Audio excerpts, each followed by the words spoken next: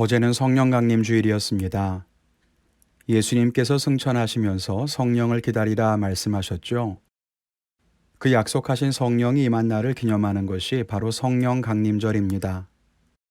성령 강림으로부터 교회가 시작되었다고 본다면 정말 중요한 절기가 아닐 수 없습니다. 우리는 보통 말을 할 때 오순절 성령 강림이라고 부릅니다. 이 말은 두 가지 절기가 섞여 있는 말입니다. 성경에 나오는 오순절과 교회사에 등장하는 성령 강림절, 이 두 가지 절기가 함께 붙어 있기 때문입니다. 오순절에 대해서 잠깐 설명을 드려야 될 것 같습니다. 레위기 23장 15절로 16절에 따르면 오순절은 첫 이삭절기로부터 50일째가 되는 날을 말합니다.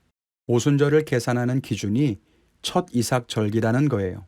그럼 이 첫 이삭절기는 언제냐? 바로 무교절 다음 날을 의미합니다. 유대인들의 시간 개념은 해가 지면서부터 하루가 바뀐다고 생각하면 이해하기가 쉽습니다. 1월 14일이 6월절, 그리고 그 다음 날부터 무교절이 시작되니까 1월 15일은 무교절의 첫날이고 안식일입니다. 그리고 1월 16일이 무교절로는 둘째 날이고 그 날이 첫 이삭절기가 됩니다. 이 첫 이삭절기는 가나안에 들어가서 처음으로 보리를 거둔 날을 기념하는 날입니다. 그리고 이 날로부터 50일째 되는 날이 바로 오순절입니다. 6월절, 무교절, 첫 이삭절기, 그리고 오순절은 모두 그리스도의 구원사역과 의미가 있습니다. 6월절은 잘 아시다시피 6월절 어린 양의 이미지와 예수님의 죽음이 겹치죠. 6월절이 무엇입니까? 이스라엘이 출애굽할 때 10가지 재앙이 내리지 않습니까? 그때 애굽의 모든 처음 난 것들이 죽게 되는데요. 어린 양의 피를 문설주에 바른 이스라엘에는 죽음이 그냥 지나가게 되죠. 죽음에서 건진 대속의 피가 6월절 어린 양, 그리고 예수님의 구원과 연결됩니다. 그러므로 6월절은 예수님의 죽음을 상징하는 절기입니다. 그리고 그 다음 날인 무교절은 이스라엘이 애굽에서 나와 광야 생활을 할 때 고생했던 것을 기억하며 누룩이 없는 무교병을 일주일 동안 먹게 됩니다. 이날은 예수 그리스도가 무덤에 있던 안식일과 겹칩니다. 그러므로 무교절은 그리스도의 고난과 무덤을 의미한다고 볼 수 있습니다. 무교절의 두 번째 날, 무교절이 시작하고 바로 다음 날이 첫 이삭절기입니다. 첫 이삭절기가 예수님과 무슨 상관이 있을까요? 맞습니다. 예수님이 부활하신 부활절이 바로 첫 이삭절기라는 거예요. 그리스도가 부활의 첫 열매가 되신 거죠. 그렇게 연결이 되는 겁니다. 6월절은 예수님의 죽음, 무교절은 예수님의 고난과 무덤, 첫 이삭절기는 그리스도의 부활과 연결됩니다. 그리고 예수님이 부활하신 날, 즉 첫 이삭절기로부터 50일째 되는 날이 바로 오순절인데 그날 성령이 임하게 됩니다. 그래서 지금도 부활절부터 50일째 되는 날, 부활절이 지나고 7주 뒤가 바로 오순절 성령 강림절입니다. 그리고 지금도 성령 강림절은 교회에서 아주 중요하게 기념하며 지키고 있습니다. 성령 강림절에 대한 기록은 사도행전 2장에서 찾아볼 수가 있는데요. 그 기록은 이렇습니다. 갑자기 하늘로부터 급하고 강한 바람 같은 소리가 있었고 불의 혀처럼 갈라지는 것들이 각 사람 위에 하나씩 임하였고 그들이 성령을 따라 각기 다른 언어로 말하기 시작했다는 것입니다. 오늘은 이 성령 강림에 대한 그림을 하나 감상하려고 하는데요. 이 그림은 동방정교회에서 성령 강림을 그린 것입니다. 화질이 어떨지 잘 모르겠지만 함께 잠시 그림을 묵상해 보시고 나눔을 이어가도록 하겠습니다. 여기 반타원형으로 앉아있는 12명의 사람이 보이시죠? 쉽게 12사도겠구나 라고 생각할 수 있지만 사실 이 그림에는 페이크가 있습니다. 여기 보이는 머리가 살짝 벗겨진 이 사람은 바울입니다. 12제자에 속하지 않죠. 여기 앉아있는 사람들을 살펴보면 왼쪽에는 위로부터 베드로, 마태, 누가, 그리고 다른 제자들이 그려져 있고요. 오른쪽에는 바울, 요한, 마가, 그리고 다른 제자들이 있습니다. 12제자에 포함되지 않는 바울, 누가, 마가와 같은 사람들이 그려져 있는 것을 보며 의아한 생각을 가질 수 있을 겁니다. 그런데 우리가 성화를 지금까지 묵상하면서 성화는 역사적이고 객관적인 팩트를 그리는 것이 아니라 신학적인 해석과 고백을 담는 것을 많이 봤습니다. 이 그림 역시 마찬가지예요. 실제 오순절 다락방에 있지 않았던 바울도 그림에 그려놓고 12제자가 아닌 사람들도 그린 것에는 시간과 공간을 초월해서 역사하는 하나님의 섭리에 대한 고백이 들어 있습니다.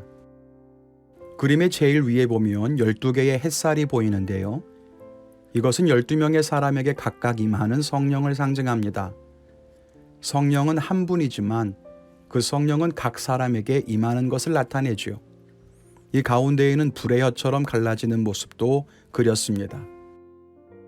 마찬가지로 12명의 사람들은 한 자리에 앉아 있지만 앉아있는 모습과 자세는 모두 다릅니다.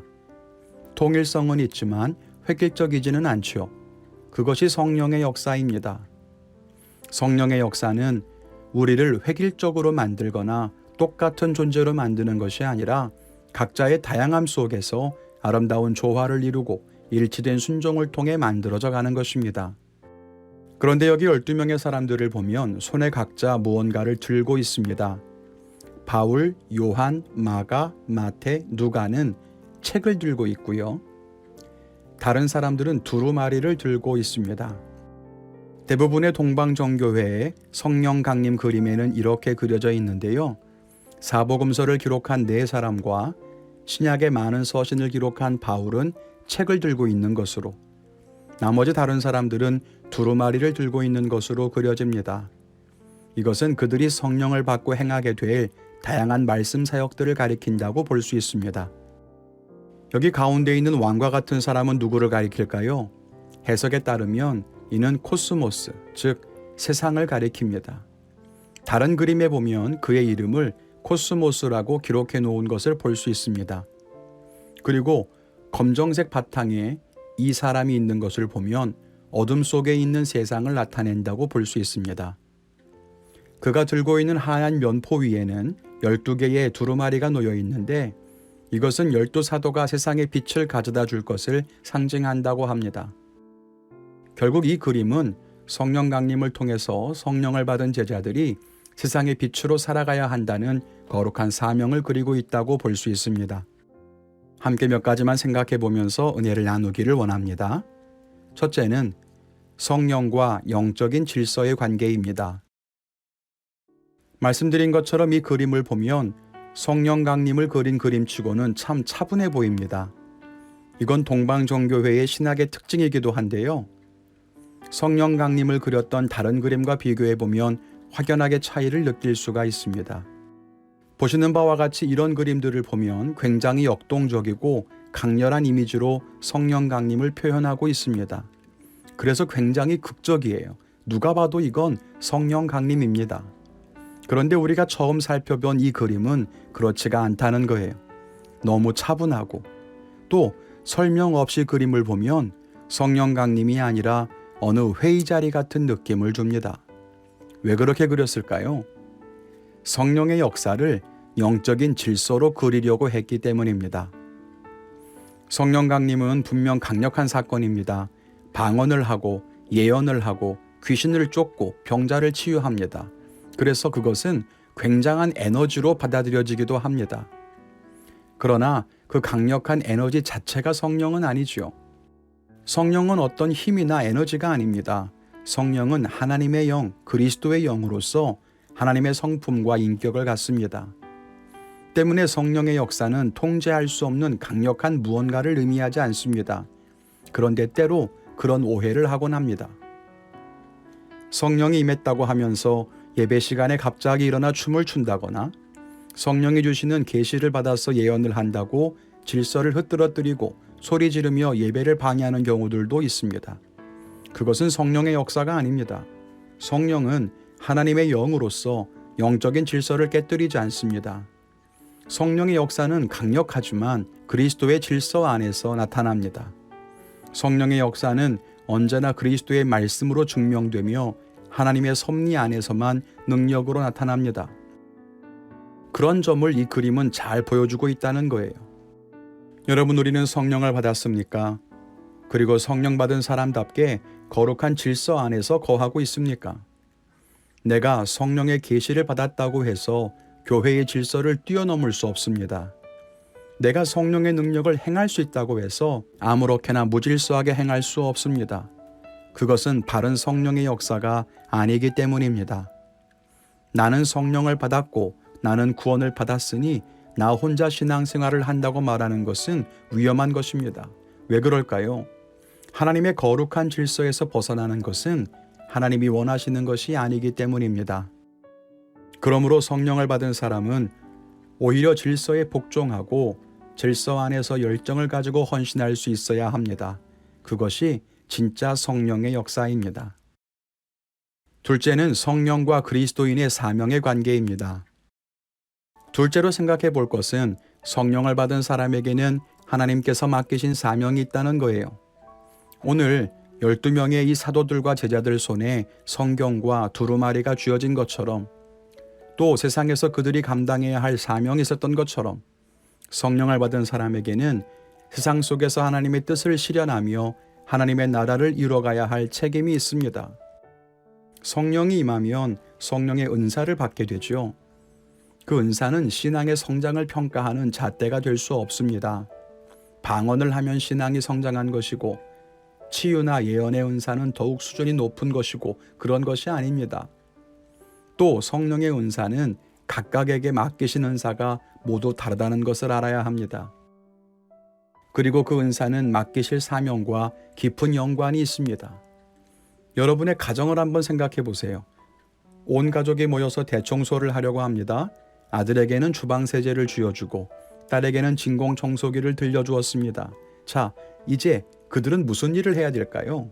아들은 설거지를 하거나 주방용품을 청소해야 될 것이고 딸은 청소기를 돌리면서 방과 거실의 먼지를 치워야 할 겁니다. 청소기를 들고 설거지를 하려고 하면 안 되겠죠. 그렇듯 맡기신 사명과 은사는 깊은 연관이 있습니다. 말씀을 전하고 복음을 선포해야 하는 사명을 가진 사람에게는 지식의 은사나 지혜의 은사, 영분별의 은사나 가르치는 은사가 주어질 겁니다. 교회를 세우고 복음을 전하는 사명을 가진 사람에게는 전도의 은사나 귀신 쫓는 은사 혹은 병 고치는 은사들을 주시기도 합니다. 섬기는 사명을 가진 사람에게는 사랑의 은사와 섬김의 은사를, 교회를 든든하게 지키고 어려운 이들을 도울 사명을 가진 사람에게는 재정의 은사나 손재주로 무언가를 만드는 장인의 은사를 주시기도 합니다. 어떤 은사가 더 낫고 더 못하고 하는 그런 것이 아니라는 거예요. 우리는 성령을 달라고 기도합니다. 그리고 성령의 은사를 사모하며 기도하지요. 그런데 거기에서 멈추는 경우를 참 많이 봅니다. 성령을 받았는데 그걸로 끝. 성령의 은사를 받았는데 그걸로 끝. 은사를 받았으면 그 은사를 가지고 교회를 섬기고 하나님의 나라를 위해서 일해야 할 텐데 그것을 활용하지 않고 그냥 묵혀둡니다. 훈장 삼아서 자기의 믿음을 자랑하고 자기가 대단한 것을 가진 양 으스대지만 그건 성령을 바르게 이해한 것이 아니라는 겁니다. 우리의 모습을 돌아봅시다. 성령을 받은 저들에게는 저들을 기다리는 세상이 눈앞에 있었습니다. 세상을 구원하기 위해 달려가야 할 담대함이 있어야겠지요. 그리고 세상 속에서 해야 할 일들에 필요한 은사를 하나님께서 주실 것입니다. 하나님께서 말씀하십니다. 누가 우리를 위하여 갈고 그리고 먼저 믿은 하나님의 백성들을 부르십니다. 그리고 그에게 성령을 주십니다. 이 성령은 우리에게 담대함이 되고 우리의 지혜가 되고 우리의 능력이 됩니다. 우리에게 필요한 은사를 그렇게 채워주시고 우리가 해야 할 사명을 깨닫게 하지요. 그럼 그 다음 수순은 무엇일까요? 우리가 세상으로 나아가야 한다는 것입니다. 이것을 알지 못하면 우리는 하나님의 마음을 아는 자가 아닙니다. 하나님을 기쁘시게 하는 자가 아니에요. 예전에 담임 목사님께서 그런 말씀하신 적이 있습니다. 탕자의 비유를 말씀하면서 아버지는 집을 나간 작은 아들을 목이 빠지게 기다리고 있는데 큰아들이 아버지 옆에서 재롱을 부리면서 노래를 부르고 맛있는 음식을 해드린다고 해서 아버지가 기뻐하시겠는가? 아버지가 정말 기뻐하는 큰아들의 모습은 거리로 나아가 작은 아들을 찾으려고 애쓰는 것이 아니겠는가 그렇게 말씀하셨습니다. 맞습니다. 하나님을 믿고 나 혼자 은혜를 받고 내가 복받는 것에만 관심을 기울이고 있다면 우리는 진짜 은혜를 모르는 사람일 겁니다. 바라기는 우리 성도님들이 성령의 충만을 입어서 세상에서 사명을 감당하며 하나님께 칭찬받는 성도가 되시기를 바랍니다. 성령의 도우심으로 끝날까지 승리하시기를 주님의 이름으로 간절히 축원을 드립니다.